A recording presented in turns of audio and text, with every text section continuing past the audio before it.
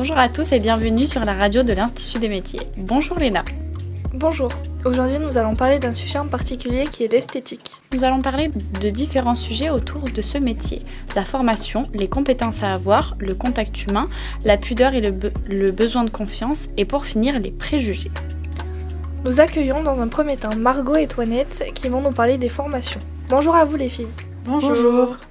Alors Toinette, comment peut-on intégrer l'esthétique ? On peut l'intégrer et en alternance et en lycée professionnel ou par des formations externes. Quelles sont les écoles d'esthétique dans la région ? Le CFA Institut des métiers, l'école Gergovie, école Fournier Clermont-Ferrand et Vichy. Quel niveau peut-on avoir ? Dans l'alternance, on peut commencer par un CAP suivi d'un BP, brevet professionnel, puis un BTS et finir par une licence. On a aussi le chemin en école avec un bac pro ou CAP sans alternance, avec des stages au long de l'année. À l'avenir, que peut-on faire suite à un parcours d'esthétique ? On peut rester esthéticienne en continuant de pratiquer des épilations, des soins ou autres prestations en institut. Travailler en laboratoire, donc créer des produits, exercer des tests. Thanatopatrice, l'esthétique sur les défunts. Prépare et met en beauté les défunts avant les obsèques, pour donner une apparence paisible. Socio-esthétique, apporter des soins et du bien-être à des personnes fragilisées, ayant perdu confiance en elles, hospitalisées. Spa-prat, travailler exclusivement dans les soins en spa, en se spécialisant dans les massages et les soins du corps. Et alors, est-ce qu'il est compliqué de trouver un patron dans l'esthétique ? Oui, c'est compliqué, surtout quand on commence par un CAP et qu'on n'a que encore 15 ans et sans expérience. Merci à vous les filles. Et nous accueillons Lola pour qu'elle nous présente les compétences. Bonjour Lola. Bonjour. Alors, le métier de l'esthétique demande de nombreuses compétences, à la fois techniques, relationnelles et d'organisation. Une esthéticienne doit maîtriser les techniques de soins. Elle doit également connaître les différents types de peau et savoir choisir les produits les plus adaptés à chaque client.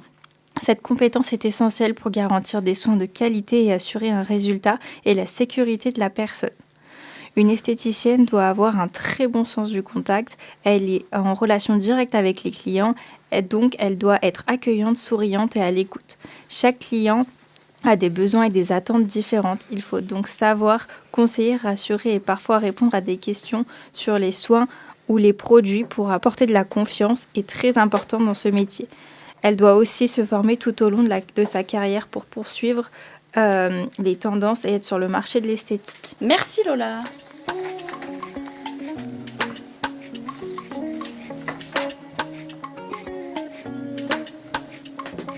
Puis nous accueillons Eve et Eva sur le contact humain dans le monde de l'esthétique. Bonjour les filles. Bonjour. Pourquoi le contact humain est-il important en esthétique ? Il met le client en confiance et lui permet de se détendre et profiter de son moment. Que doit faire l'esthéticienne en accueillant un client ? Il faut savoir être souriante et polie, donner envie à la cliente de revenir. Pourquoi il faut être à l'écoute des clients ? Pour connaître leurs besoins et leurs attentes, cela nous permet d'être à l'écoute et les satisfaire au mieux. Comment se comporter avec les clientes ? Sachant que chaque cliente est différente et que chaque cliente a des attentes et des besoins différents, il faut savoir les prendre en compte pour s'occuper d'elles au mieux. Il y a les pudiques, les complexées, celles qui viennent pour la première fois, etc.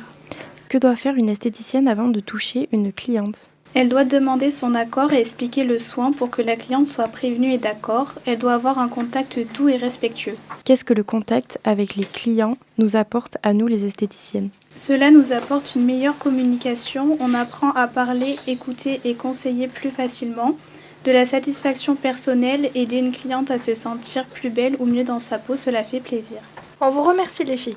Lilou va nous expliquer la pudeur et la confiance à ce sujet. Bonjour Lilou. Bonjour. Alors dans un premier temps, je vais vous parler de la pudeur en école d'esthétique. Alors nous devons par exemple nous épiler, nous masser entre nous. Certaines zones peuvent être compliquées à montrer comme le maillot ou la poitrine pour les massages, surtout si nous ne nous connaissons pas vraiment ou si nous sommes très pudiques. Je me rappelle très bien de mon premier jour de pratique quand notre prof nous a dit que nous allions commencer par l'épilation du maillot alors que personne ne se connaissait. Ça nous a directement montré ce qui nous attendait pendant nos années d'études. Cela doit être difficile de se dénuder devant des personnes qu'on connaît à peine, surtout à cet âge-là. Oui, carrément, car nous commençons l'esthétique en général quand nous avons 15 ans.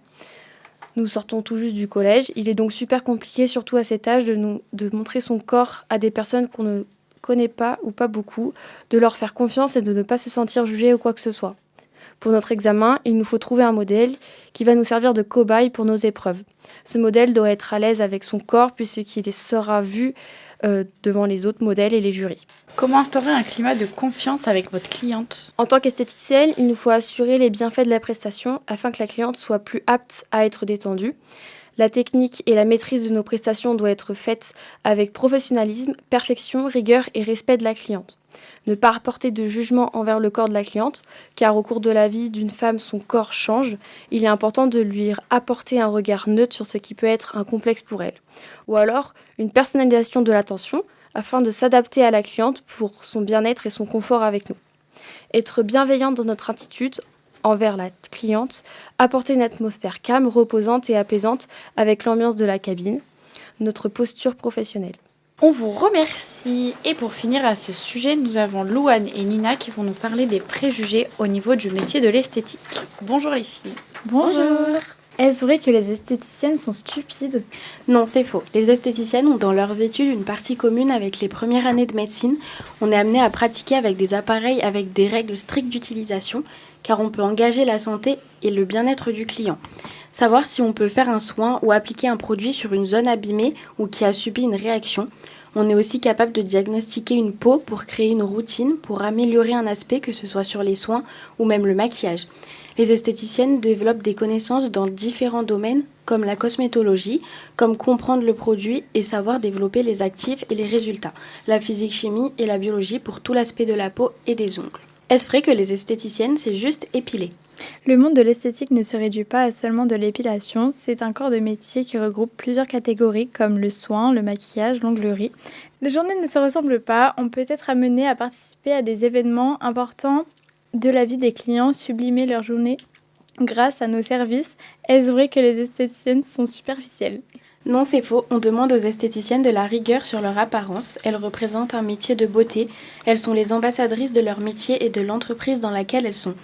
Elles sont amenées à avoir des discussions avec leurs clients, devoir rester neutres face à n'importe quel sujet de conversation. Cela ne veut pas dire qu'elles ne savent pas tenir de discussion. Au contraire, elles savent être professionnelles et donner une confiance aux clients. Comment réagissez-vous quand on sexualise votre métier? En esthétique, les professionnels sont souvent des femmes tandis que les clients sont mixtes. Pour nous, les corps sont comme des outils de travail et nous n'envisageons jamais notre métier avec une connotation sexuée. Merci pour ces explications et on les remercie toutes pour leur intervention sur le sujet de l'esthétique. On espère que notre émission vous aura plu et que vous en aurez appris plus sur l'esthétique, notre rôle dans la société et que l'image que vous avez des esthéticiennes aura changé. Au revoir. Merci.